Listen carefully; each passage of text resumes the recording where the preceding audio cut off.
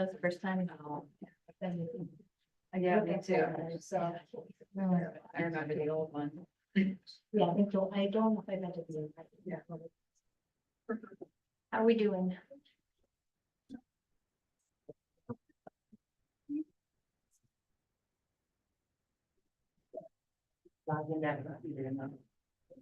Yeah, to go.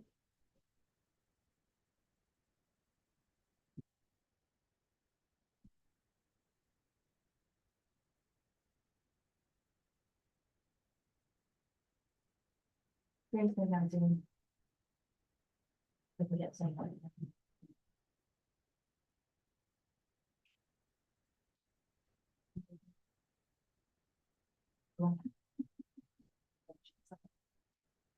We are.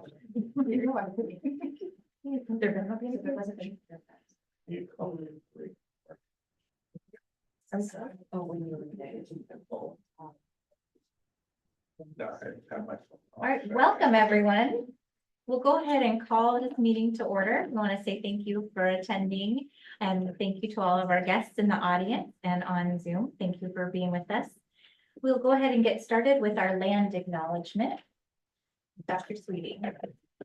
We honor the first peoples of these lands by acknowledging that the area in which we gather is within the traditional territory of the Stillaguamish tribe of Indians. The Stillaguamish people have inhabited these lands and waters since time immemorial, and their ancestors have remained in this territory to this day. The Stillaguamish people have continued to practice the traditional ways of their ancestors of fishing, hunting, and gathering. The Stillaguamish tribe has had these lands and cultural traditions passed on to them by their ancestors who believed that everything has a spirit and that they are caretakers of these lands and waters. Thank you. Next, we'll have our Pledge of Allegiance. Will everyone please rise and join me in the pledge? I pledge allegiance to the flag of the United States of America and to the republic for which it stands, one nation, under God, indivisible, with liberty and justice for all. Oh, yeah. Thank you. Next up, we'll have our roll call attendant. Director Diamond, Here. Director Kelly, Here. President Levesque here, Director Knapp here, Student Advisor Nichols. Here. Superintendent Sweetie here. Thank you. Next up is the approval of the agenda. Are there any changes anyone would like to make to the agenda? Or do we have a motion to approve the agenda as presented? Motion to approve agenda as presented. I'll second. It's been moved and seconded to approve the agenda as presented. Madam Clerk. Director Diamond, Yes. Director Kelly, Aye. President Levesque. Aye. Director Knapp. Yes. The agenda is approved. Next up is the most exciting part of our night tonight, and that's our board organization section. We're going to start with swearing in our newly appointed board member. I want to say thank you for stepping up.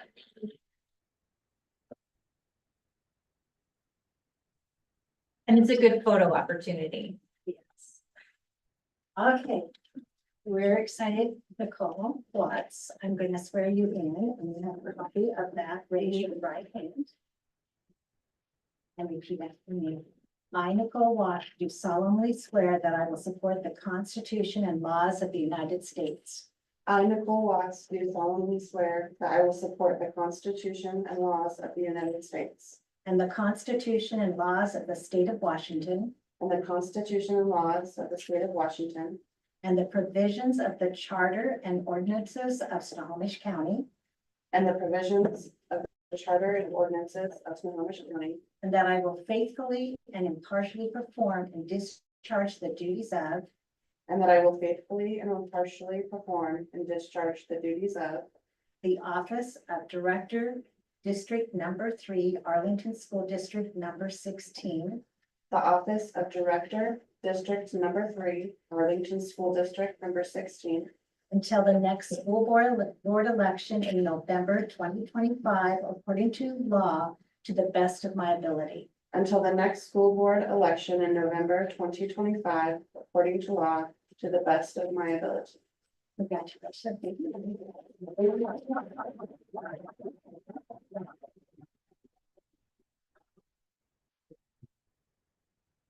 Perfect. And next up, we will have our swearing in of our new student advisor. Deja. Join me up here. And raise your right hand and repeat after me. I, Deja Reed, do solemnly swear I, Deja Reed, solemnly swear that I will support the Constitution and laws of the United States that I will support the Constitution and laws of the United States and the Constitution and laws of the state of Washington and the Constitution and laws of the state of Washington and the provisions of the charter and ordinances of Snohomish County, and the provisions of the charter and ordinances of Snohomish County, and that I will faithfully and impartially perform and discharge and that I will faithfully and impartially perform and discharge the duties of the Office of Student Advisor to the Board of Directors, the duties of the office of student advisor to the board of directors, Arlington Public Schools, according to law, to the best of my ability. Arlington Public Schools according to law to the best of my ability. Congratulations.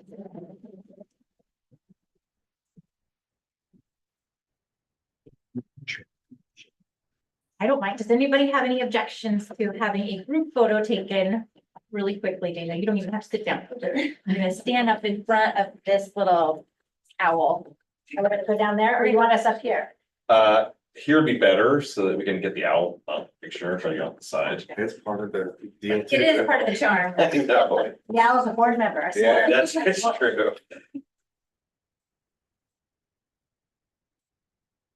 You want us to stand in front of the owl? Yeah. Can you just so Photoshop it out? Yeah. You can hug it. It's a lovely relationship with the owl. I should be There in you go. the back There you go. at least. Okay. Oh, yeah, hide it, hide Hide it. it. Hide A it. little bit. There you go, perfect. That's great. The owl has a great view. Look right here, nice big smile, no blinking. Go without the flash, just it's a little bright, here we go, right here. One more for insurance. That's perfect, thank you. That was two for insurance. I know.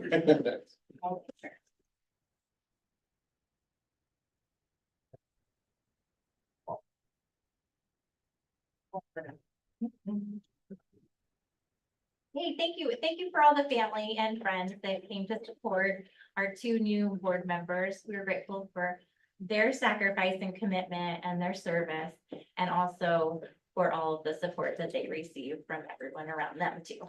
Thank you all for being here and for helping support our new board members. Next up is our approval of the minutes. We have our study session and regular meeting minutes from July 8th. Is there any changes anyone would like to make to the meeting minutes? Motion to approve minutes? I'll second. It's been moved and seconded to approve the study session and regular meeting minutes from July 8th. Madam Clerk. Director Diamond, Aye. Director Kelly, Aye. Director Watts, I, President Levesque, Aye. Director Knapp. Aye. Those minutes are approved. Next up would be our public comment portion of our meeting. Is there anyone in the audience tonight that would like to speak during public comments? Or anyone on Zoom that would like to speak up? All right, next on our agenda is our public hearing for our annual budget. We will now open the public hearing regarding the adoption of the 2024-25 annual budget. I'd like to welcome Gina Zutenhart, our Executive Director of Financial Services.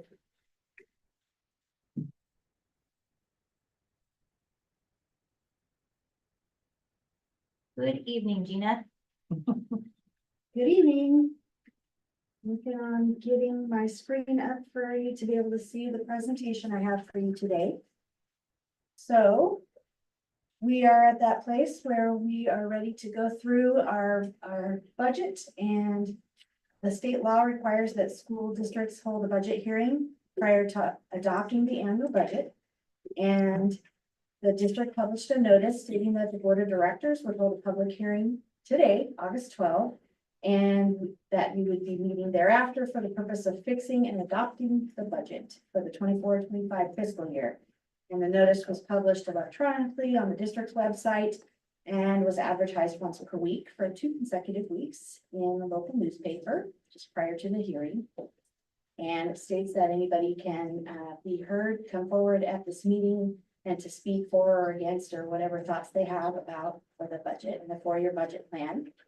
And then just finally that we do need to have a budget approved by the board by law, must be adopted no later than August 31st.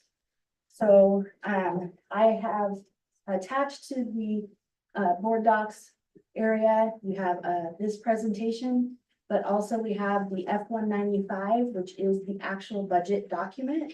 That's the state defined label for our budget. It makes sure that all school districts report in a uniform fashion to the state, all the budget areas.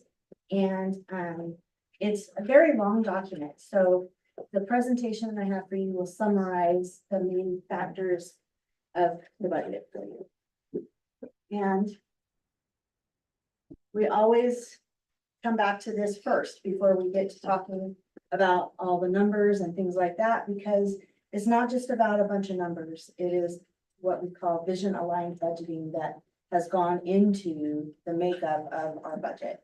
And it always keeps in mind the primary mission of the school district, which is to educate, prepare, and inspire students to graduate and seek their full potential as lifelong learners. So that's never out of sight or out of mind, even when we're just looking at.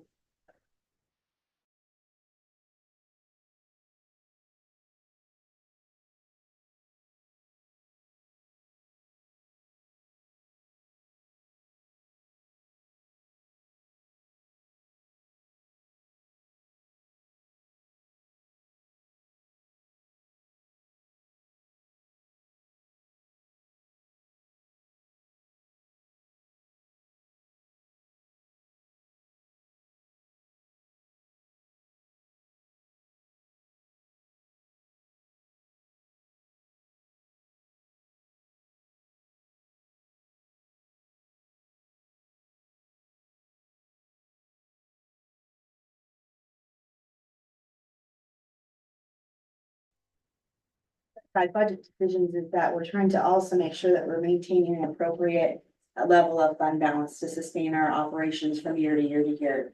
But that we also gave ourselves some flexibility as a board, that policy in minimum fund balance or reserves to allow for flexibility in times of emergency. So during the pandemic and coming off of the pandemic and recovering from things of pandemic or getting to become a new normal and succeed in spite of all those things. We have had conditions where we have spent down our fund balance. And we've been talking about that as a board. Sorry, and I will continue to talk to you about that because it's going to take some years to recover from that. So our fund balance will be low. I'm going to jump in now to the summary of the F-195. We have 5 different funds that we're going to talk about. Our primary focus will be on the general fund because that is where the day-to-day operations of the district run through. All the revenues and expenditures that are make up running the day-to-day of the district are in the general fund. And then we'll go through the other funds as well. There is a write-up of what every fund is actually for, legally defined set of accounts that can only be used for those certain purposes. And it gets more restrictive the more you get into the funds that fall separate from the general. So here comes the general fund. Here is a summary. So we've laid it out where we have a column that shows budget for 23-24 fiscal year. That's last year, although we're still in it because our fiscal year cuts August 31st. But last year, 23-24, and then it compares it to the budget that we're proposing for 24-25.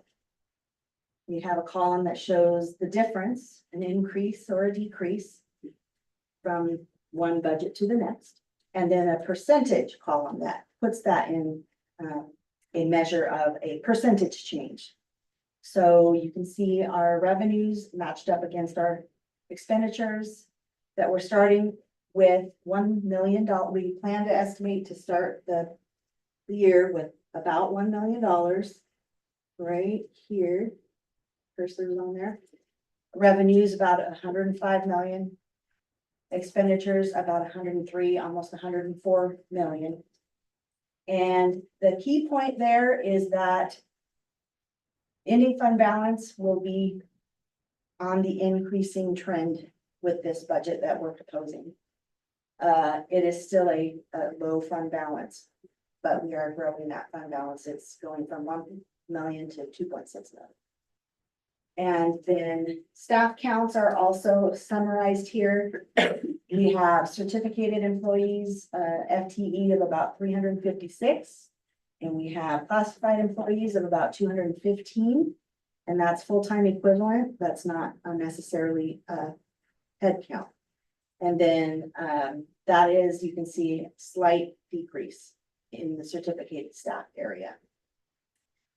And then we have enrollment. And kindergarten to grade 3 as its own category. This is the board adopted enrollment numbers. 1,549 kindergarten through 3rd grade level. And then grades 4 through 12, we have about 3,876. So grand total of our enrollment, 5,425. That was what the board had contemplated and looked at, studied together back in January. We've adopted those numbers, and that drives all of the estimates that we do from there on out. And that's what's used in our budget assumptions. So the key points again, estimated beginning fund balance, 1 million. Estimated ending funding balance, about 2 million. And that will still need to remain very narrow in our spending. These are still going to be very lean years, and our future years are as well. We'll look at a 4-year working forecast, but it's going to take us a while to get back to a healthier fund balance where we're not going to need to be getting interfund loans from ourselves to make payroll in the low months when we have a dip, because we don't receive all of our resources equally throughout the year. There are certain months where we're lower than others. And that's another reason why it's prudent to remain an appropriate fund balance reserves, so that in the low months, you're still able to meet all your obligations. And we'll talk more about that. And we have been talking about that in every month of our, when I present the monthly budget status report.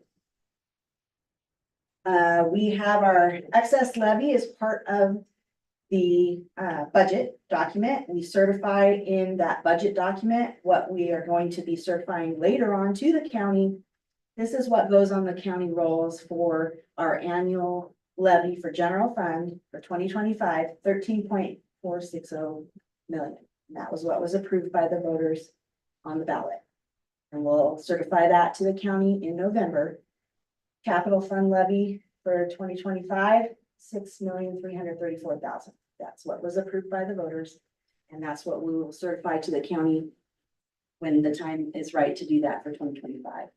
But it also goes in our budget document, and that gets submitted to the county as well as part of when I go to do that function. So here's a quick peek at general fund revenues in a pie chart format. This will tell you what are the school district's main sources of funding. What are our main sources? Where do they come from? The main source is the state. The next biggest source is our local levy dollars.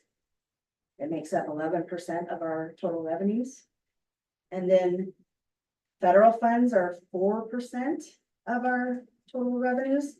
And then other miscellaneous things, tuition fees, donations, those kind of things. So they're the little slivers of our total revenues. We are very, very reliant on state funding as a primary source. We have state general purpose and state special purpose, but really that's all state funds. The state special purpose is specially defined programs like our transportation program and special education services. They are in their own category. So that is the makeup of that. And then this is that, these are the dollar amounts that are making up those percentages. And that agrees. Keep pushing the wrong number.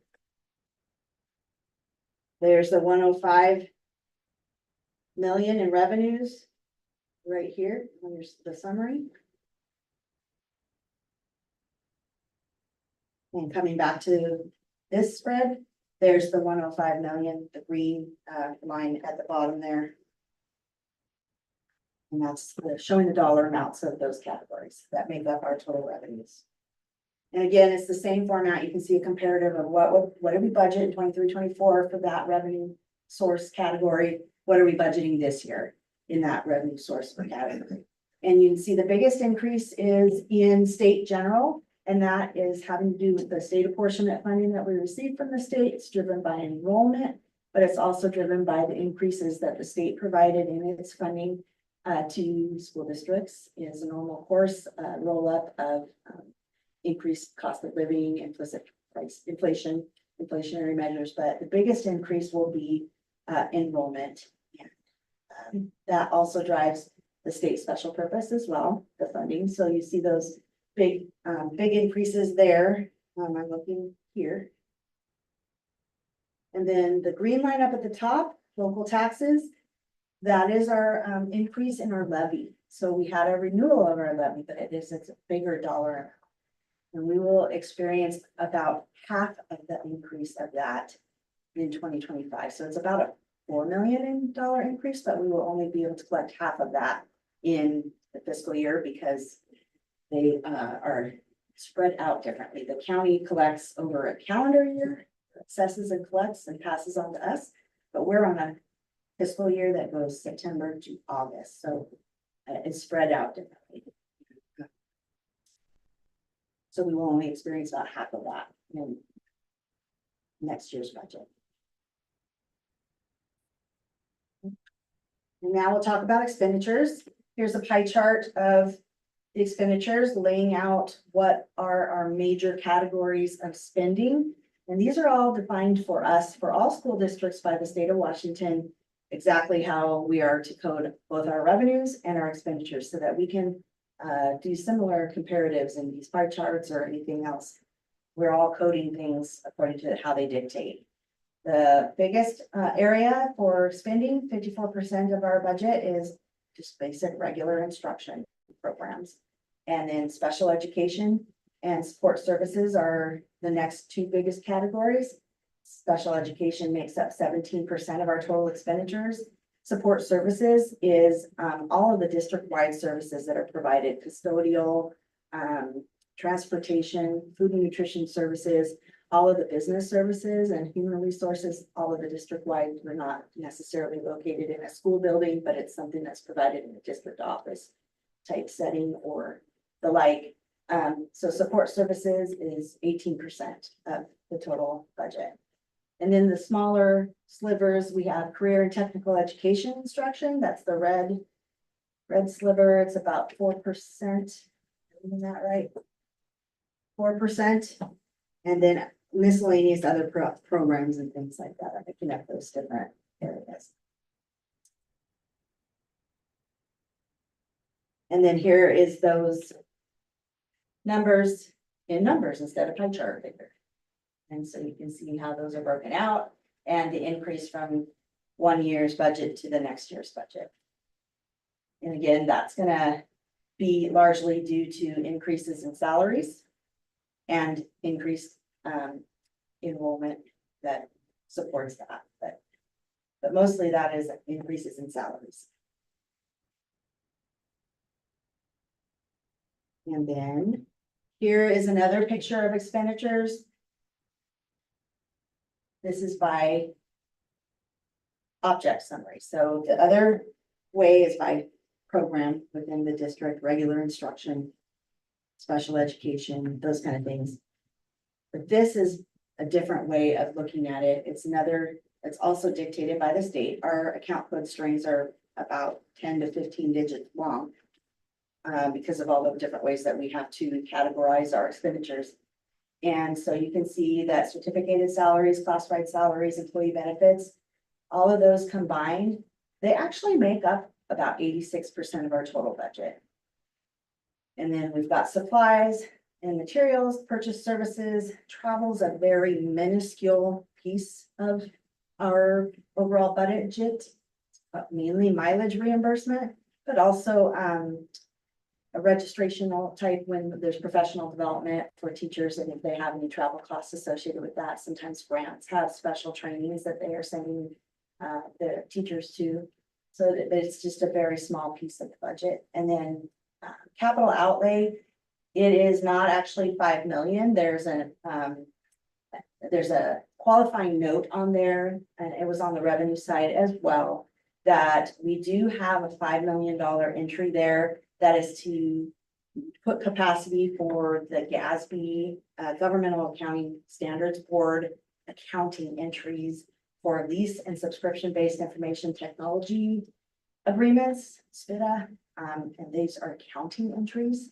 They're not actual expenditures, so it's kind of hard to explain, but it's there so that we can make the appropriate entries, but it doesn't actually mean it's an outlay of cash or a spend. And it also does not mean it's actual revenue coming in on the other side either, so they offset each other. But, so the budget for capital outlay is actually more like 115,000. So there's not a lot of room that we've been able to put there, even though we do have needs for capital outlay. That's an area where we've had to set some of those needs aside for a time in favor of being able to continue the operational supports that we are providing at the classroom and elsewhere. This is a slide that shows materials, supplies, and other costs, and how those needs are greater than what the state allocates in resources for those needs. So there was an increased state allocation of $21 per average annual FT full-time equivalent of student enrollment. That's what that AFTA abbreviation stands for. And that was to be used to help offset the growing costs of utilities, insurance, instructional, professional development, security, and central office administration. But it also goes further in showing this calculation that the allocation for 24-25 is not keeping up with what is budgeted that will be spent for MSOC needs, MSOC material supplies and other costs. Another abbreviation, lots of acronyms, and I'll try to remember to say what those are, but if I forget and you're wondering, please ask. So there is a difference there of 125,000-ish, about 125,000. So when those kinds of things happen, where the state allocation is not enough, it falls to our local levy dollars, where that difference is made up. So here is our 4-year budget summary. It's a multi-year working forecast, and it shows from year to year to year what we estimate our revenues and expenditures would be going 4 years out.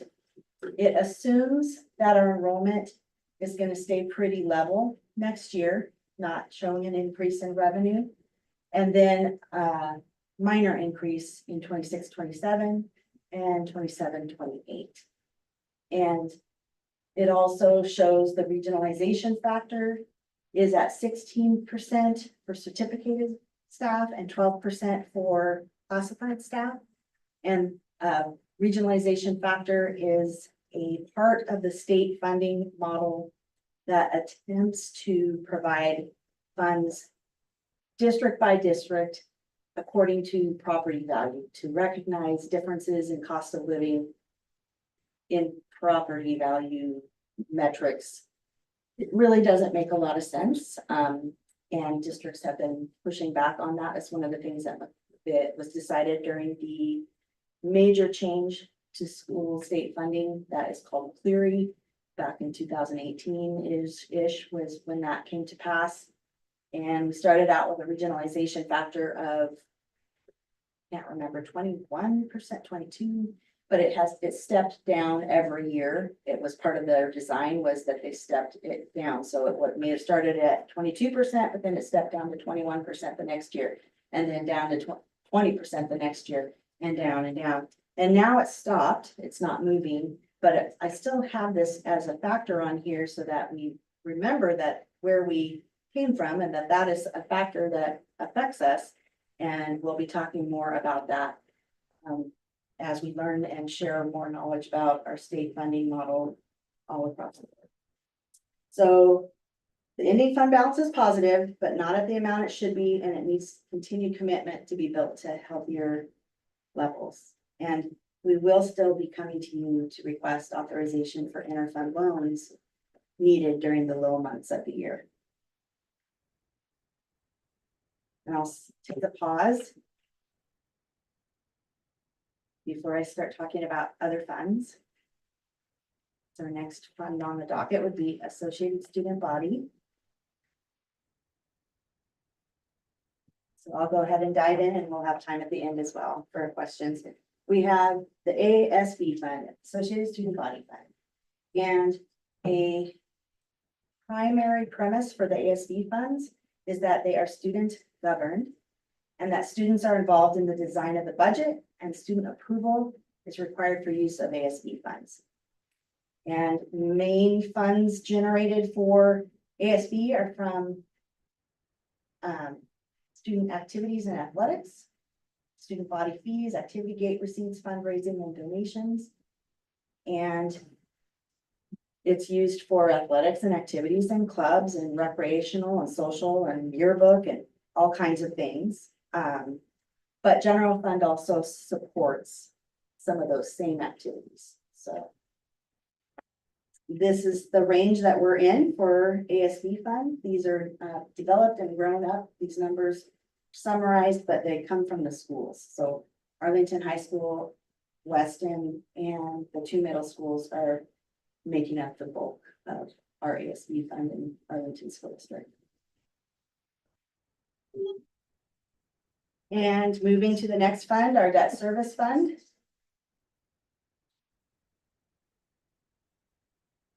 This fund is used solely for principal and interest payments on outstanding debt that the district has. And the only revenues that are coming into this fund are transfers in from general fund and transportation vehicle fund and capital projects fund for payments on non-voted debt. So back in 2017-18, we issued some non-voted debt of funds to be able to purchase buses. You can only do that out of the transportation vehicle fund. So the proceeds from that voted debt goes into the transportation vehicle fund. That transportation vehicle fund buys the buses and then collects the state revenue over the years that are meant to buy buses with. And it goes into transportation vehicle fund, but then that transportation vehicle fund has to transfer it to the debt service fund so that the debt service fund can service the debt, make the payments, pay the principal and interest. I hope that you just followed that crazy explanation, but that's the example of non-voted debt. It's very limited what can be done in a non-voted debt concept. We can't issue big, large amounts of bond debt without a vote of. But we can do small non-voted debt pieces. And capital projects is also a place where we did that, the capital projects fund, to where the construction for big major projects that were funded with capital levy dollars. The costs happen in the capital projects fund, but in order to jumpstart some of those big projects that were authorized, we issued a piece of non-voted debt so that we would be able to accomplish and get that construction started and not have to wait for 4 years for the levy taxes to come in. We were able to get the projects done in a timely fashion in that way and collect the taxes and service the debt that we issued with those taxes. But we have to transfer it to the debt service fund and all those principal and interest payments happen out of the debt service fund. Mary. I have a question Question. about the bus debt. Yeah. How much longer until that's all paid off? I I don't remember what our can't term remember was. exactly. We started it in 2017-18, and it's 10 to 15 years that we spread that out over. And so I think we're about almost halfway through. Yeah. And it's about 116,000 a year that we're paying till it will be paid off. And we receive about anywhere from 400 to 600,000 in state funds specifically for buses. Goes into the transportation vehicle fund.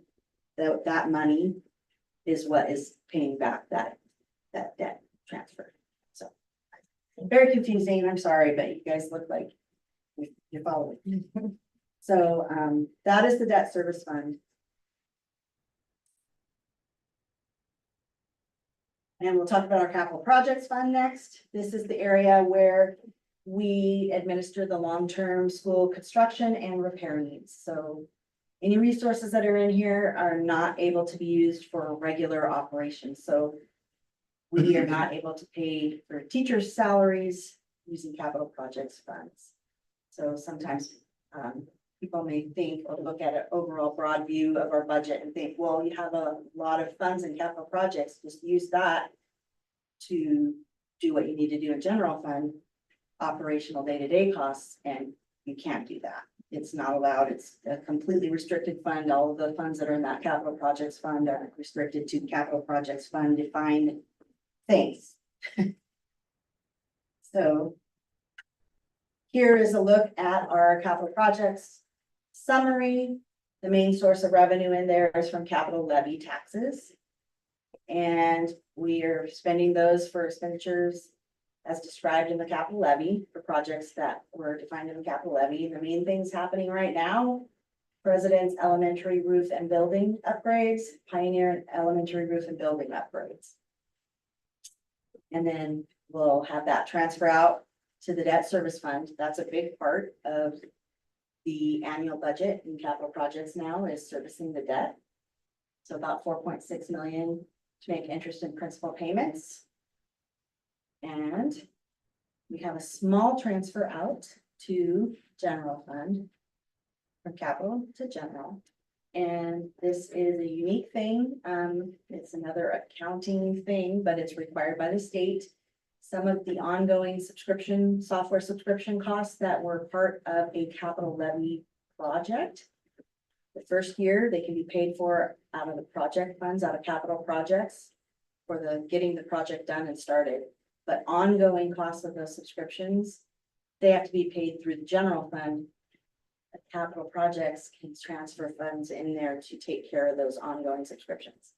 It's a very strange thing that we have to do these transfers between the funds for that, but it's a very specifically defined allowable purpose. And so we track that very carefully, and we have to get board authorization in advance for that. So we build that into our budget, make sure it's authorized. And then our transportation vehicle fund, I've been talking about that. The main funds that come in there are from the state based on a depreciation schedule for the bus fleet that we currently own. And they map those out about how long they will depreciate over about 12 to 15 years. And they allocate a depreciation amount for each of those buses over the course of the life of those buses. And it quantifies into a dollar amount that they provide to the school district, with the idea that it is supposed to be enough to ultimately replace your fleet. It's also probably not quite enough, but which is why we had to issue non-voted debt. But it is doing us okay for now. And it is also what we utilize to pay back the debt that we issued for the buses. The rest of what we have budgeted to spend in the capital projects fund is just basically capacity for the available resources so that we can continue to replace buses as they age out of the aging fleet. And then also the transfer to debt service for the repayment of the principal and interest on outstanding debt. And that is the last slide talking about the different funds. And just the timeline is what we would talk about next. The public hearing is what we're doing right now, and then the budget resolution will be proposed for adoption. That will happen in the later part of the board meeting. And per RCW, again, it has to be adopted by August 31st. And it'll be submitted to the Office of Public Superintendent of Public Instruction, OSPI, for approval. And then questions are ready to be had at any time. I have a question about, the interest for the interfund loans. Yeah. Cause I thought I saw that there was 0 on that line. Is that because? Or maybe I'm looking in the wrong spot. I was looking at the F-195, but is that in the budget? No, we have not budgeted an interest expense. That would come out of a contingency. Okay. Yeah. Yes, and I'll talk more about where we're at with our current interfund loans. Okay. In the next. Okay. In a different, when we talk about the financial highlights of the current budget. Okay. Yeah. Thank you. Anybody else? I have a question about our special ed funding. I know we've always had a lack of funding for special ed. I'm wondering if you were able to increase that line at the same percentage that our special ed expenses keep growing. If you were able to, I know it looked like it was about the same as what we are currently spending, that we're not getting enough for, and so it would raise it a little bit, but if that need is higher as it keeps going up every year, would that need to be higher also? Are we, I'm trying to get back to. It was on the- it was on the big, long F-195. You were looking in the actual. document. Yeah, So your question is, if I can reiterate that or try. Is our special education budget expenditure plan increase keeping up with the needs that we have? And I will say the state is not keeping up and we don't have a choice. The state has increased their state funding of special education. But it has been very little to move the needle to get towards closing the gap between what school districts have to spend to meet the needs of students and what they're providing. So we are doing our best to be careful stewards of the budget and how much it costs to provide the services. Salaries are increasing. We are still staffing at what we need to staff to provide the needs, and then we have to respond. So we've built our budget with a plan, and then the school year starts and needs arise. And it's not a stagnant number. We aren't able to just say, well, our budget, we only budgeted for special education at this amount. We have to figure out, we have to go back and figure out how to respond. So we have contingency built into our budget that allows us the authority to adjust and spend more in special education if we need to. But we have to be very cognizant that we have to make sure we also have a revenue source to spend as well. So it may not be state funds that have been provided, but we have to find a way to, we have to figure it out. So that's a really roundabout way of answering, but state's not keeping up. They're inching up the needle, but the costs, I think, are increasing at a more exponentially than what the state is providing for multiple reasons. More needs, more extensive needs, a broader population that is having needs. Everything possible. thank you for that explanation. Okay. I think if there are no other questions, I'll just pause and put it on the questions slide while everybody's thinking if they want to ask a question. We'll leave it to you. All right, are there any additional questions from any board members? All right, next, because this is a public hearing for the budget, I'm going to ask for public comment, and I'm legally required to ask 3 times. So are there any questions or comments from audience members in person or on Zoom regarding this topic? Are there any questions? Does Matt I'm have just saying questions? that's one. Oh, he's just counting. Okay. Are there any questions or comments from audience members in person or on Zoom regarding our budget? Okay. And the 3rd time.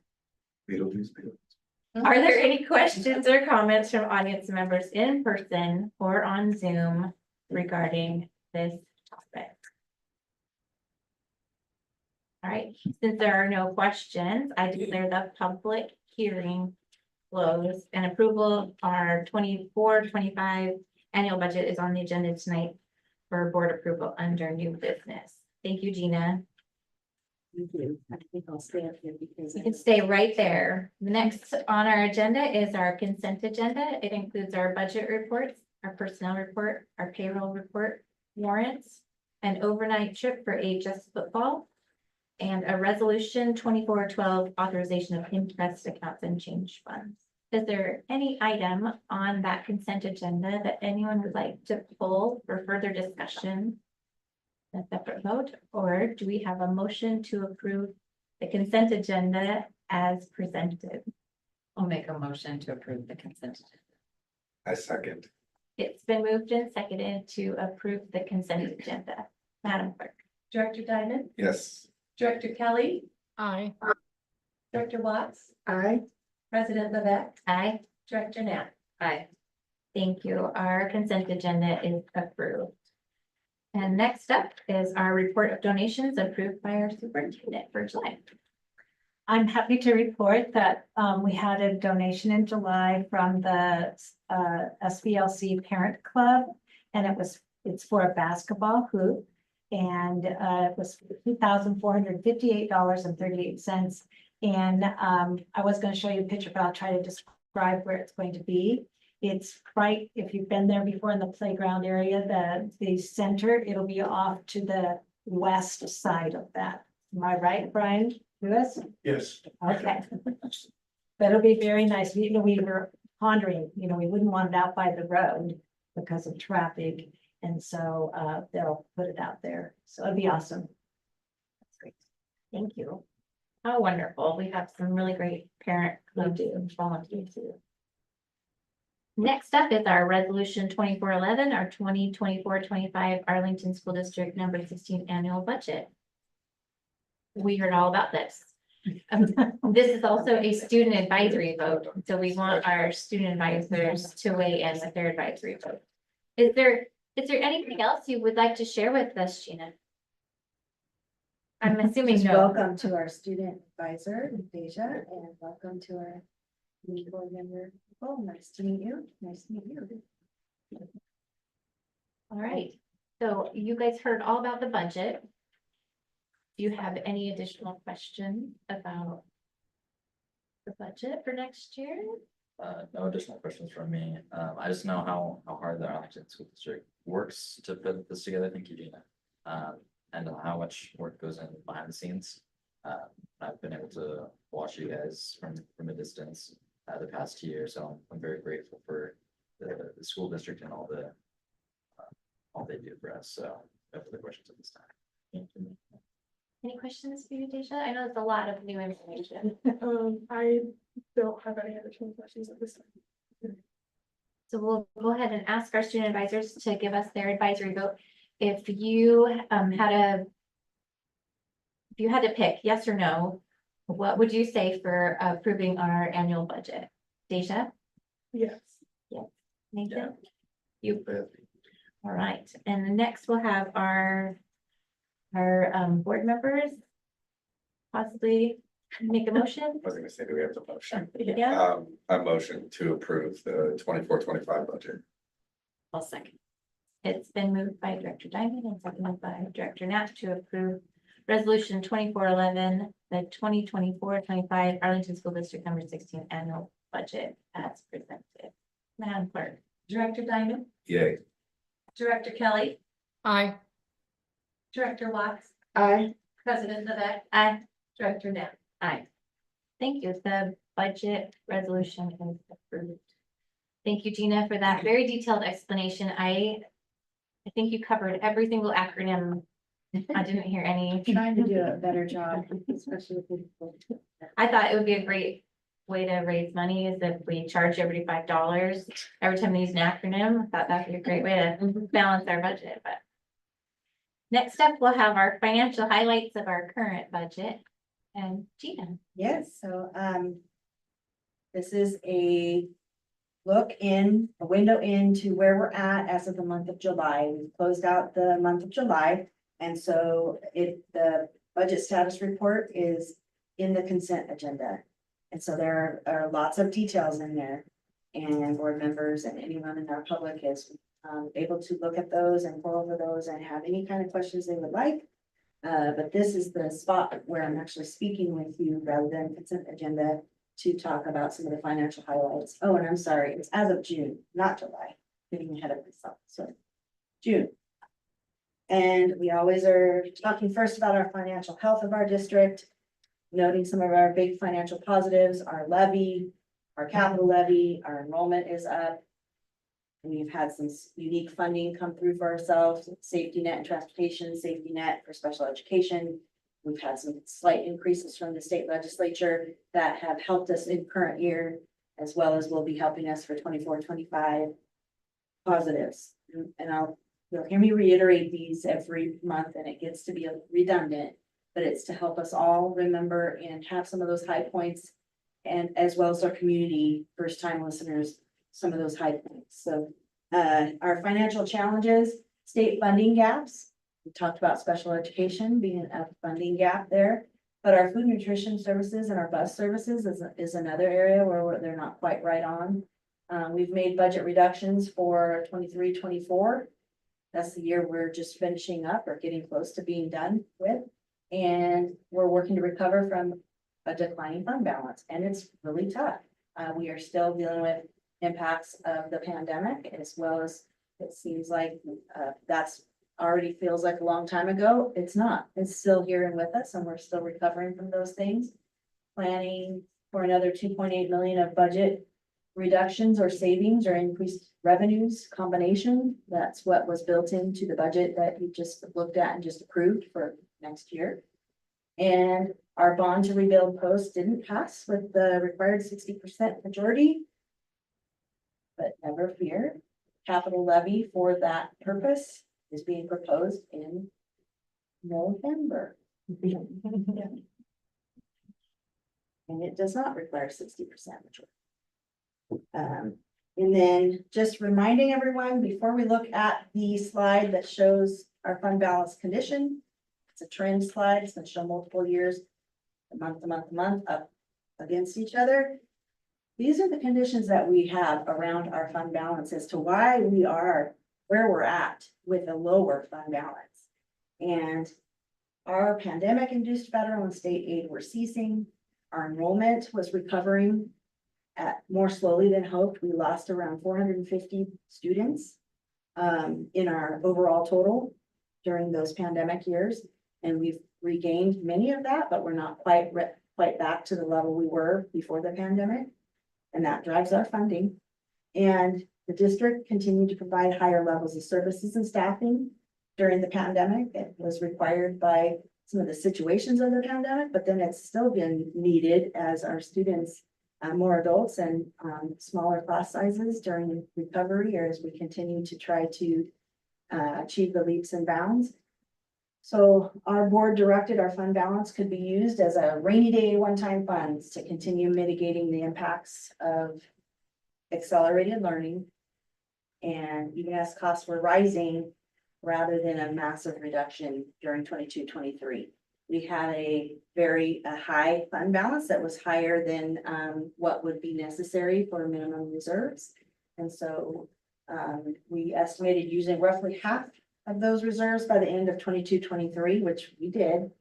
And then inflation causing higher costs for goods and services, but also salaries, cost of increases, cost of living increases, negotiated salary increases, And the state funding models still leading to the funding gaps and the budget reductions being implemented. So this is all part of the picture for our fund balance trend. And here is our fund balance trend, 4 years worth. The pink line, the top line is 2021. And as you can see, our fund balance started out at more than 12 million and ended at more than 12 million. And then in 21, 22, it's got a little bit of a lower, still follows the ups and downs for the most part. With September, October being higher months. And May being higher months. That's when our property taxes are collected by the county and passed on to us. So there's a big spike during those months. But June is a low month. You can see that. And that is largely because the state does not give us our full allocation during the month of June. They give us about half of what our usual allocation for the month should be in the month of June.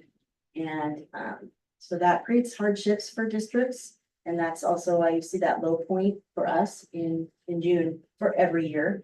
The line where you see it didn't dip down, the yellow 2021, 22 right here. It didn't dip down because that was right when we were able to do a big claim for ESSER funds. So that came in and propped us up for a little bit of time. But then 22, 23 followed the regular trend of ups and downs across the months. We started at 10 million and spent down to about 6 million. So we were spent into our reserves there. And then this is the current year that we're in, where we implemented budget reductions. But our fund balance is low, and that's why we're having to go into the negative in June and have had to borrow from our capital projects fund in order to meet the obligations for that month. And then we will have the resources paid back by the closeout of the 23-24 fiscal year. So we have borrowed about 2.6 million from our capital projects fund. The primary of that was for the month of June. And I'll report to you that we have actually already paid back 2.3 million of that to capital projects as of the end of July. In July, they give us much, they make up for what they didn't pay us in June, basically, the state. So we have a larger allocation from the state in July, and we use that to make sure to minimize the interest costs that we are experiencing from getting a loan from our capital projects fund. So we're paying ourselves interest, but we pay it to the capital projects fund because they would have earned interest on those monies in the capital projects fund if we hadn't borrowed it for general. So I just want to assure you though, and give you that bit of a report that there is that much repaid as of July. And I'll report out again in our next time that I give you this status with more information about exactly where those loans are at. So, but each time we do that, each time we have to get a loan from the capital projects fund, I'm coming to you first, and we come and we propose a board resolution and get authorization to do that. So that is a quick synopsis of where we're at for the month of June. Mary. What is our fund balance supposed to be according to our policy? So with no other pressures, we would be a 1 month's average operating cost. And that equals to about 8 or 9% of our total expenditures. And then, okay, let me speak in regular terms, about $7 to $8 million would be where we would want to meet that minimum fund balance policy. So we're in a rebuild to get there. So we're within our means as far as board policy that in times of emergency to make that fluctuation to be below. But we need to get back up. And we've had conversations that in different districts, it's different percentages. Our policy that was approved years ago set it at, a month's. 1 month's average operation. 8 to 9%. Some districts are at 4%, some are at 3%, some are at 5%, most are at 5%. Yeah, our 1 month of payroll alone is about $7 million. So even just to have enough in the, say the state said, whoops, our software failed, we are not going to be able to pay you for your month end for a month. That's never happened. But as an example, we would have fund balance to be able to make, if we were maintaining at that, we would not have a hiccup from that. We would be able to continue to pay. And so, So if we were to plot another point in the graph at the end of July, it would be 2.5 million, it'd be about 300,000. you got it. It's about negative 300 some, 330, 50. And you'll see that next month. Yeah. Okay. Any other questions?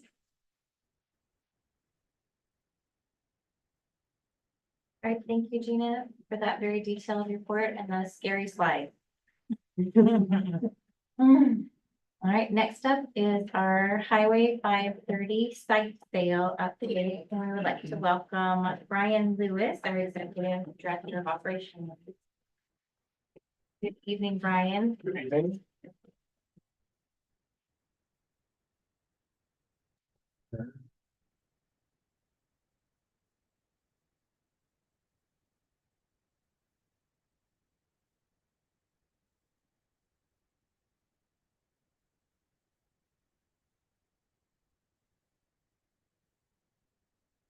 Good evening. My name is Brian Lewis, Executive Director of Operations. Welcome Director Watts and Student Director Reed. Glad to see you here tonight. I'm going to provide you with an update regarding the sale of the Highway 530 site. For the folks new to the board, in 1997, the district purchased a 168-acre parcel off of Highway 530 just east of the Stillaguamish River, with the intent of using it as a new school site. Things changed as time passed. The school site was selected for Arlington High School in the Crown Ridge neighborhood after the purchase of this site. And then the Growth Management Act changed the eligible uses of the property so that it would have been much more difficult for us to put a school on the site or any kind of support facility. And so the school board declared the site surplus in 2019, and we negotiated a purchase and sale agreement with Miles Sand and Gravel for the 168-acre site. The reason Miles was interested in it is because the site has a mineral rights overlay designation to it placed on it by the county, which is a recognition of the presence of valuable minerals underground. And in this case, the minerals are sand, which is it is becoming much more valuable. It's harder to find. Sand and quarry grade materials to be used in road construction certified by the federal government. So they have a very high standard for the kind of materials that they would allow to be used on a road construction site like an interstate highway. So that did increase the value or provide value for the site. So we negotiated a selling price in 2019 to Miles of $3 million.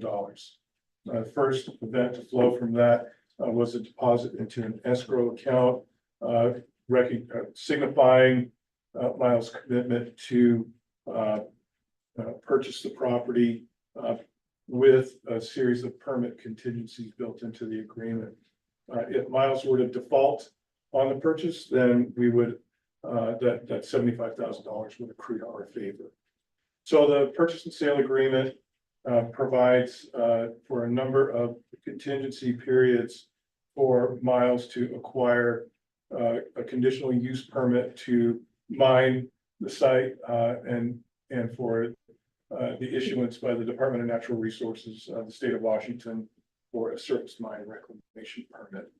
So I want to let you know that the the proceeds, once the sale is complete, the proceeds from the sale would be deposited into the district's capital projects fund and can be used for any authorized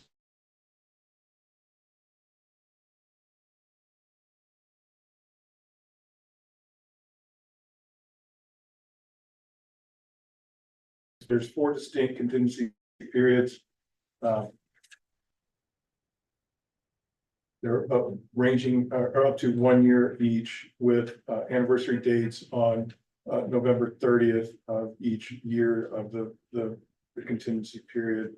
We're approaching the final permit period contingency extension on November 30th of this year. Again, it would last a year. And each one of these anniversary dates, the buyer renews its commitment to purchasing the property by depositing into escrow account $75,000 up to $100,000. In the last permit period, the buyer can waive the extension, that final extension, and just purchase the property if they feel the conditions are supporting their business purpose. And those conditions would be indications from either the county or the state that the conditional use permit and the surface mining reclamation permit is going to be approved. And at that point, they can just end the process and purchase the property. There are other conditions involved in the sale. One of them is that if they defaulted, that they would, we defaulted, which we did not want to participate in the sale any longer, then we would be responsible for up to $400,000 of the cost that they've accrued while pursuing permits. And these could be consultant costs, legal costs, their own internal costs for staff time, but there's a cap on it of $400,000. We don't have any indication that we would do that at this time, but it's there as an escape hatch for us if we wanted to use it.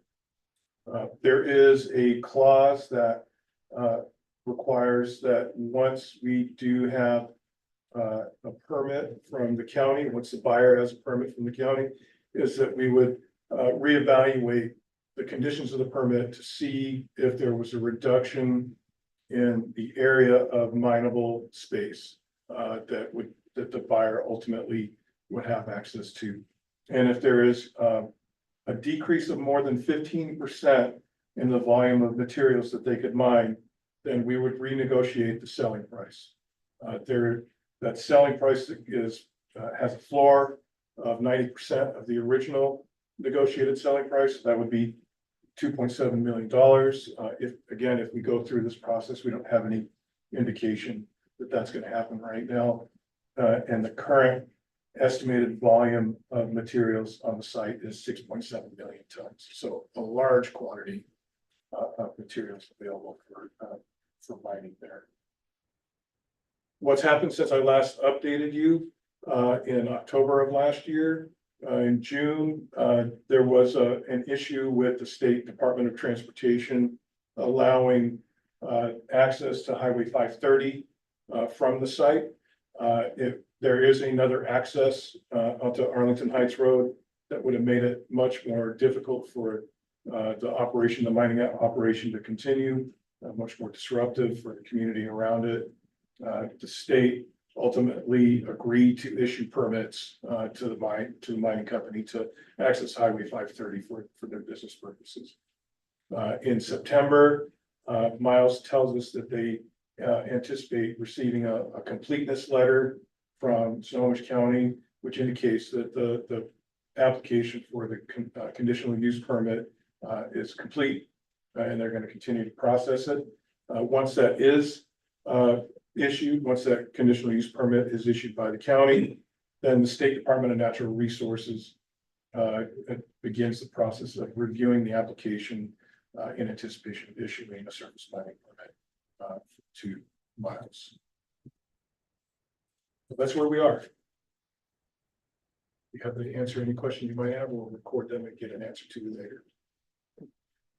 Quick question, Brian. So after, mining a plot of land, it destroys the foundation, right? So nothing can be on top of it now. The ultimate product that would result Yeah. from the reclamation of materials is the creation of a lake on the site. And it would be approximately a 40-acre surface, lake on the site. Now, what they would do beyond that, in the past, sites like this have been developed into a residential, area. And that area is zoned, R5, so that it could be used, to create a housing development. That's a great question. Yes, this is just a curiosity question. How much did we pay for it? 95? $3 million, Okay, so we're just 1997, making our money back on it? yes. Yeah, so the appraisal, for the property with the minerals on it was $2.8 million. So we were able to negotiate a higher price than what the appraisal.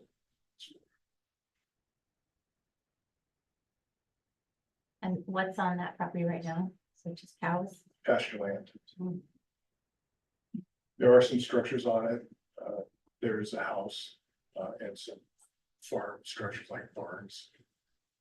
They're not being occupied. I think Sherry has a question. Oh. No? Susan.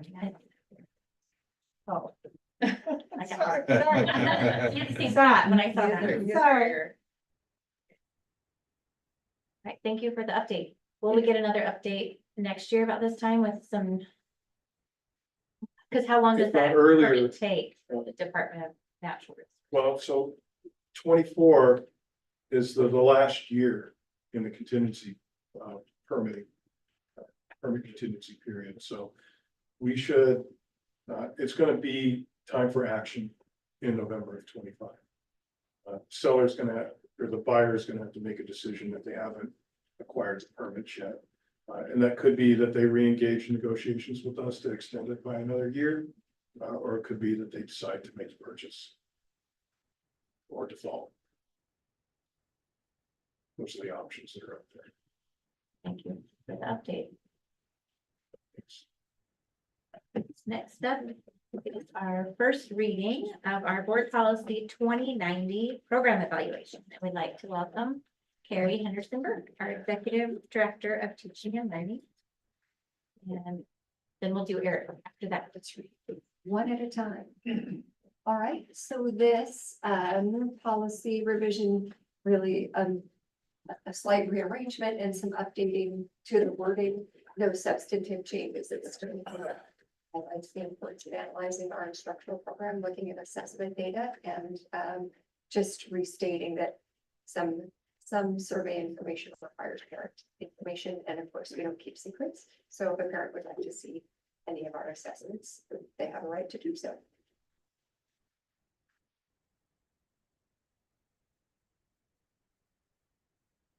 Are there any suggested amendments or changes, edits?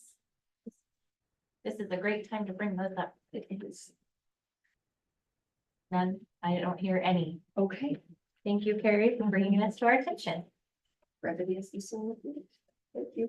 And now we would like to welcome Eric DeYoung, our Executive Director of Human Resources, to show us policy 5411, staff vacations. Yes, good evening, board. These are the updates for the staff vacations, basically aligning with what we've been doing for our current contracts. Also adding contracted in there, clarify which hours the vacation is allocated for. So that's really the only change, is just to keep it consistent with our contracts. Our contract can be freer than what our board policy is, but it's nice if they align. Questions on this one? What is the left table? This is longevity.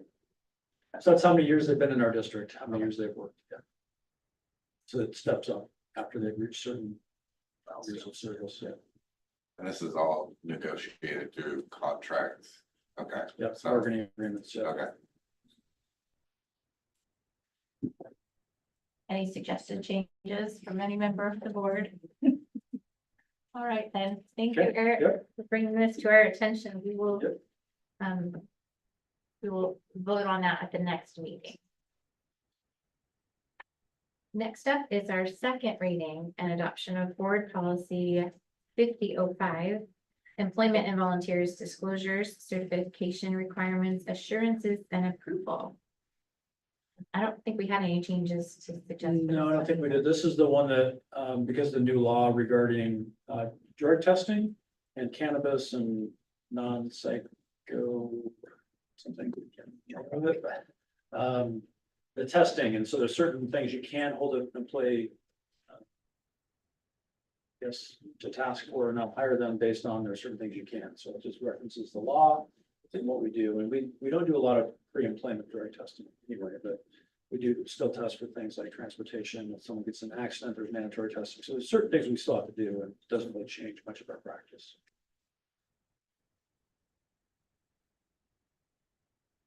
Right, this one is an action item because it's our second reading and adoption. Do we have a motion to approve the policy 5005? Make a motion, we approve policy 5005. I'll second. It's been moved by Director Knapp and seconded by Director Watts to approve board policy 5005, employment and volunteers disclosures, certification requirements, assurances, and approvals as presented. Madam Clerk. Director Diamond. Yes. Director Kelly. Aye. Director Watts. Aye. President Levesque. Aye. Director Knapp. Yes. Thank you. Thank you, Eric, for that. A great presentation. And next up is our second reading and adoption of board policy 5401, sick leave. We'd like to welcome back Eric DeYoung. Thank you for Thank being you. with us. Thanks for inviting me back. So this one, I think the only change, I think we added consecutive maybe on this Yeah. version, just to make sure it's clear, but other than that, I think everything was, we kind of discussed last time. Again, lining with the law.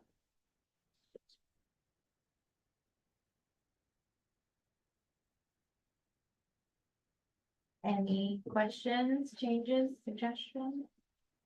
All right, this is another action item. As it's our second reading. We have the motion to approve. I'll do a motion to approve. 5401. I second. It's been moved by Director Watts and seconded by Director Diamond to approve board policy 5401, sick leave as presented. Madam Clerk. Director Diamond. Yes. Director Kelly. Aye. Watts. Aye. President Levesque. Yes. Director Knapp. Yes. That policy is approved. Thank you very much. Next up, we'll have our informational items, and we'd like to start with our superintendent's report. So first, I'd like to welcome Director Watts and Supervisor Reed and team. It's awesome. Last week, the district leadership team met, had 2 days of learning workshops. It was great, good learning.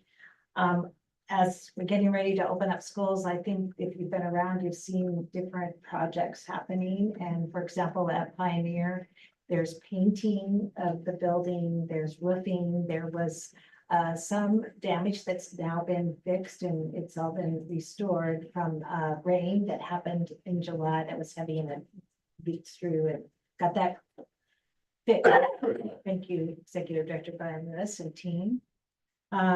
Then we're coming up, since we're coming up to the September start of school, we have lots of activities going on across the district and we've got Eagle Days at Arlington High School coming up. That's the 20th and 21st of August. We have Howler's going to have their fly-in where they get pictures. That's on the 21st and 22nd. And they have an open house on the 31st. We have open house for all the elementary schools on the 29th from 4 to 6.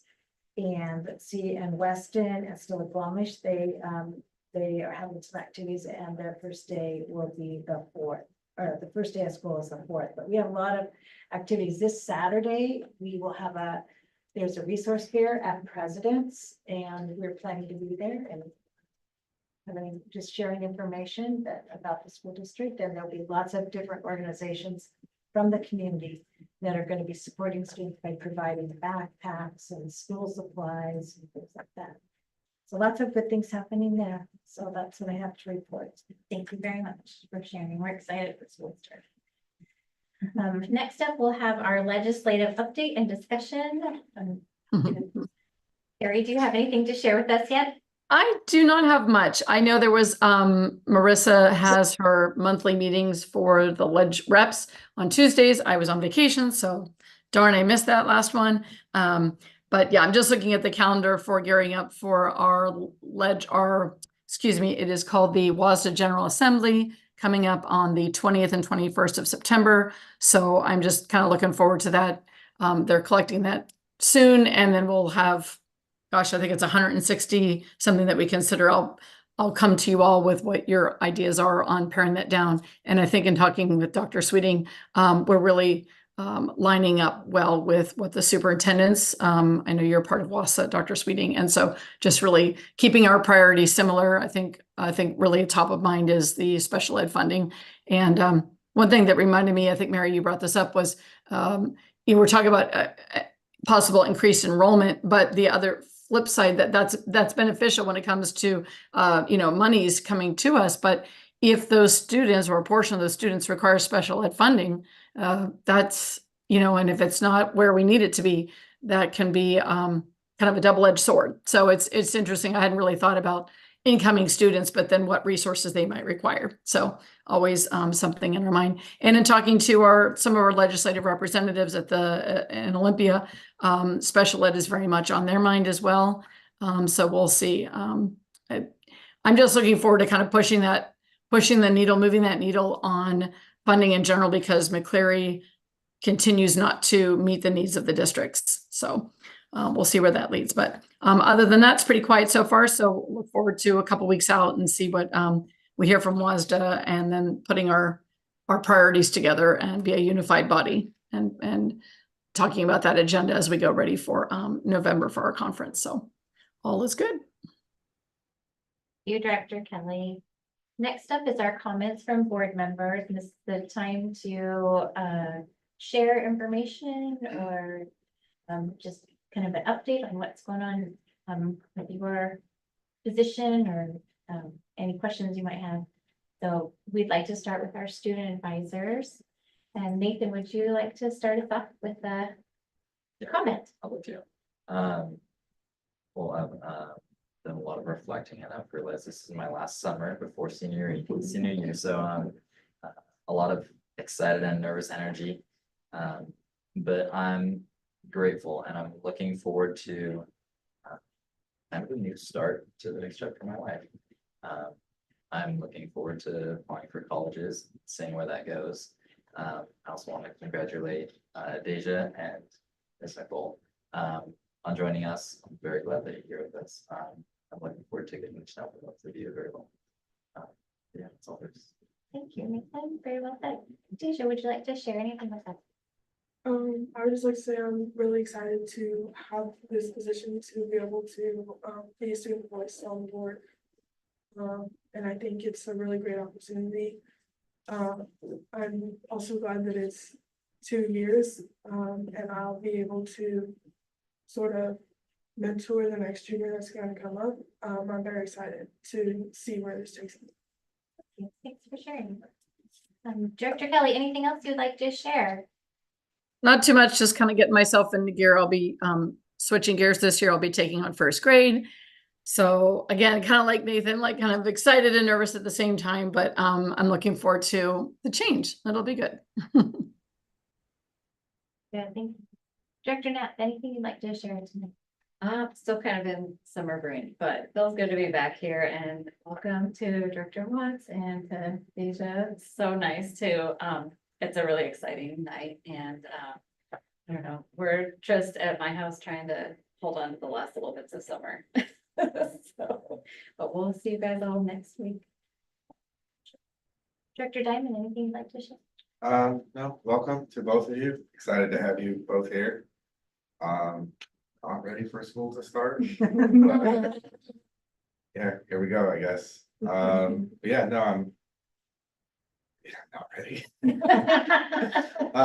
Yeah, that's all I have. Thank you, Director Diamond. Director Watts, anything you'd like to share? I just want to thank you all for putting your faith in me, and I will work my hardest to bring pride to this district.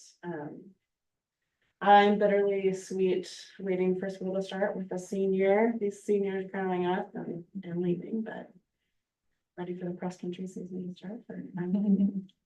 So thank you for sharing.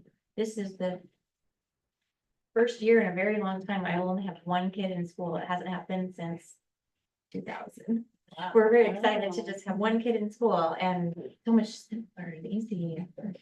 And he's really excited for school to start because he loves, stuff to do and band camp has started and he's really excited about that. So we're excited for school to start because it means like structure and order and organization and a purpose and getting out of bed and all those things. So I just want to say welcome to my favorite new board members. Thank you for stepping up and serving your community and the students of our district. I think it's really fun to be on the board. I hope you do too. We're gonna have a great time. I want to remind everybody about our next meetings. We have an all-day workshop next Monday, August 16th, right here at this district office in the Lincoln Room at 9 a.m. And then we will have our next regular board meeting the Monday after, August 26th. Or is there one more in between? I can't count. I think it's really nice. August 19th. 19th is the all day. Yeah, August 19th all day, and then 26th. the next meeting that we have a regular meeting at is the 26th. is there a And then- study session that day too, or? is that- No, Okay. Nope, just a 6 Sounds p.m. like that's literally the first day back to work. No, the all day takes that place. Okay, perfect. Yeah. All right, if there's nothing else, do we have a motion to adjourn our meeting? Make a motion, we adjourn. I second. I see it. It's been moved and seconded to adjourn this meeting. Director Diamond, Yes. Director Kelly, Yes. Director Watts, Yes. President Levesque, Yes. Director Knapp. Yes. Meeting is adjourned. Everybody drive safe. Thanks for coming. We have a-